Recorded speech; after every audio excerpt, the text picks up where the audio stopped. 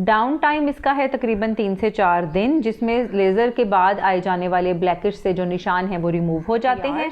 And then we prescribe certain creams जो कि laser वाले एरिया के ऊपर पेशेंट्स लगाते हैं ताकि वहाँ पे कोई लेज़र रिलेटेड साइड इफेक्ट ना आए। 5 मंथली सेशंस लेने के बाद एक्ने स्कार्स बहुत हद तक बेहतर हो जाते हैं। तो माइक्रो नीडलिंग का जो सेशन है it also almost takes about 1 hour. एक माइनर सा सर्जिकल प्रोसीजर करते हैं, तो कुछ लोगों को बहुत अर्जेंट ट्रीटमेंट की रिक्वायरमेंट होती है जिससे जल्दी फ़र्क पड़ जाए, इंस्टेंट बेहतरी आ जाए। मेरा नाम डॉक्टर आयशा गियास है और मैं पिछले 15 साल से स्किन केयर से वाबस्ता हूँ। मैंने MBBS किया था 2006 में and then it took me long years to get to 2023 to be a full fledge dermatologist. अस्सलाम वालेकुम, डॉक्टर आयशा गियास की तरफ से आज की वीडियो आने वाली है एक्नी स्कार्स के ऊपर, यानी एक्नी के बाद जो गड़े बन जाते हैं उनका क्या सोल्यूशन है। देखें, एक ज़माना था जिस वक्त एक्नी स्कार्स के ट्रीटमेंट इतने ज़्यादा मार्केट में नहीं थे और वो एक बहुत ही डेस्परेट सिचुएशन थी जिसमें वाकई हम पेशेंट्स को बड़े दुखी दिल के साथ बताया करते थे डर्मेटोलॉजिस्ट के, जनाब अब ये जो गड़े बन गए हैं इनका ऑलमोस्ट कोई सोल्यूशन नहीं है। But then came a time थी जिसमें पाकिस्तान में भी अब बहुत अच्छे किस्म के लेज़र्स हैं, बहुत अच्छी इस तरह की इंस्ट्रूमेंट्स हैं, टूल्स हैं जिनको इस्तेमाल किया जा सकता है आपके स्कार्स के ट्रीटमेंट के लिए। चूँकि शुरू में इसके ट्रेंड डॉक्टर्स भी बहुत कम थे तो ये ट्रीटमेंट्स बहुत ज़्यादा कॉस्टली थे और हर इंसान की पहुंच में नहीं थे। अब ये ट्रीटमेंट्स जो हैं वो बहुत हद तक, चूँकि ट्रेनिंग सेशंस बहुत ज़्यादा होने लग गए हैं और डॉक्टर्स की जो वर्कशॉप्स हैं वो बहुत ज़्यादा होने लग गई हैं, तो इस लिहाज से देखा जाए तो ऐसे डॉक्टर्स जो इस तरह के ट्रीटमेंट्स प्रोवाइड कर रहे हैं वो ज़्यादा हो गए हैं और ये प्रोसीजर्स रिलेटिवली कॉमनली हो रहे हैं विद अ चीपर प्राइस। तो एक्नी स्कार्स जो हैं, सबसे पहले हम बात करते हैं कि वो होते कितनी टाइप्स के हैं, क्योंकि ये बहुत किस्मों के होते हैं और किस्मों के साथ ही उनके ट्रीटमेंट्स जो हैं वो चेंज हो सकते हैं। तो सबसे पहले टाइप जो मैं आपको बताऊंगी that is an ice pick scar. Ice pick scar जैसे कि आप यहाँ पे स्क्रीन पे देख रहे हैं, ये इस किस्म का गड़ा है जैसे कि बर्फ़ वाला सुआ किसी ने मारा और उसके बाद जनाब इस तरह का वी शेप जो है वो निशान बन गया, यानी कि यूं जैसे कि सुआ या बर्फ़ का जो नीडल है आइस पिक जो होता है उसको मारने के साथ स्किन के अंदर बिल्कुल वी शेप गड़ा बन गया, तो उसे हम कहते हैं आइस पिक स्कार। इसके अलावा एक और वैरायटी है, उसको हम कहते हैं box car scar. Box car scar जो है वो थोड़ा सा चौड़ा दिखने में होता है और वो एक बड़ा सा घड़ा नज़र आता है। Then is a rolling scar. Rolling scar ऐसे है जैसे कि एक गोल सा, जैसे कि आप इमेजिन करें कि हाफ बॉल कटी हुई और स्किन के अंदर एक गोलाई में एक गड़ा सा बना हुआ है। For any kind of scar treatment जिल्द के ऊपर लगने की क्रीमें बहुत ज़्यादा फ़ायदा नहीं देंगी और हमें कुछ माइक्रो इन्वेसिव या मिनिमली इन्वेसिव काम करने पड़ेंगे, यानी हमें स्किन के साथ थोड़ी सी छेड़छाड़ करनी पड़ेगी।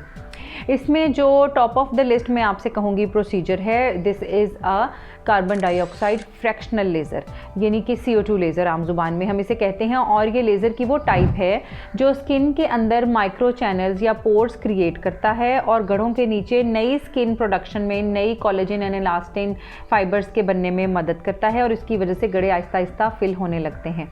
ये जो कार्बन डाइऑक्साइड लेज़र है कम सेंटर्स में अवेलेबल है, लेकिन फॉर्चुनेटली हमारे पास भी ये एक्नी का ट्रीटमेंट लेज़र अवेलेबल है at Bajwa hospital as well as at university of Lahore.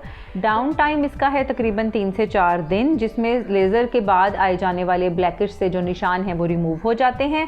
आपको बहुत अच्छी केयर करनी पड़ती है उस टाइम में, यानी आपको रेगुलर सनस्क्रीन्स लगाने चाहिए आफ्टर एवरी 3 आवर्स।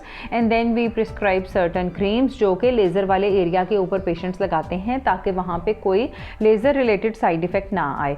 तो इस तरह प्रॉपर केयर करने से और 4 से 5 मंथली सेशंस लेने के बाद एक्नी स्कार्स बहुत हद तक बेहतर हो जाते हैं।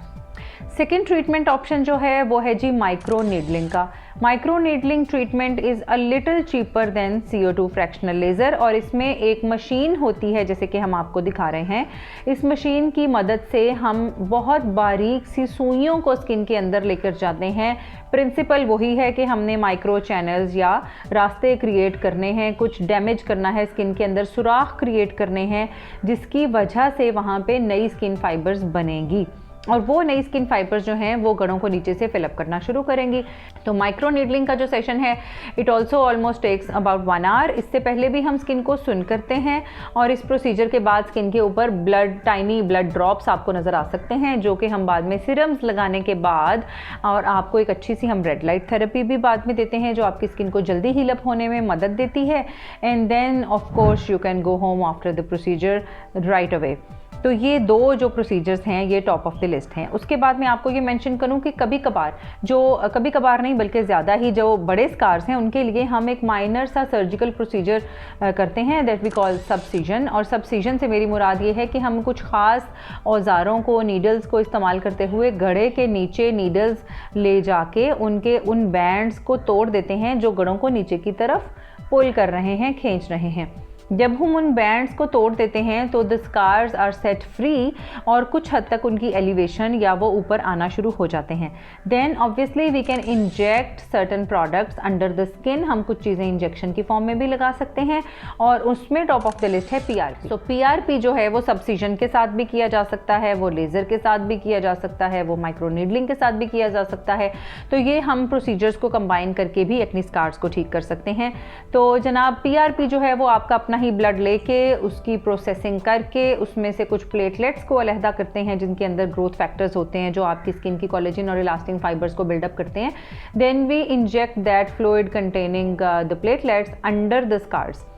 हम नीडल्स के ज़रिए भी उनको इंजेक्ट कर सकते हैं। We can also use cannulas. अब कुछ ऐसी पेशेंट्स भी होते हैं जिनकी शादी वादी नज़दीक है, कोई ऐसा फंक्शन है जहाँ जाना है और उनको स्कार्स बहुत बुरे लग रहे हैं। तो कुछ लोगों को बहुत अर्जेंट ट्रीटमेंट की रिक्वायरमेंट होती है जिससे जल्दी फ़र्क पड़ जाए, इंस्टेंट बेहतरी आ जाए। उन लोगों के लिए जो प्रोसीजर है that is filler treatment. Fillers are kind of injections जिनको हम स्किन के स्कार्स के नीचे लगाते हैं तो स्कार्स जो हैं वो एलिवेट हो जाते हैं।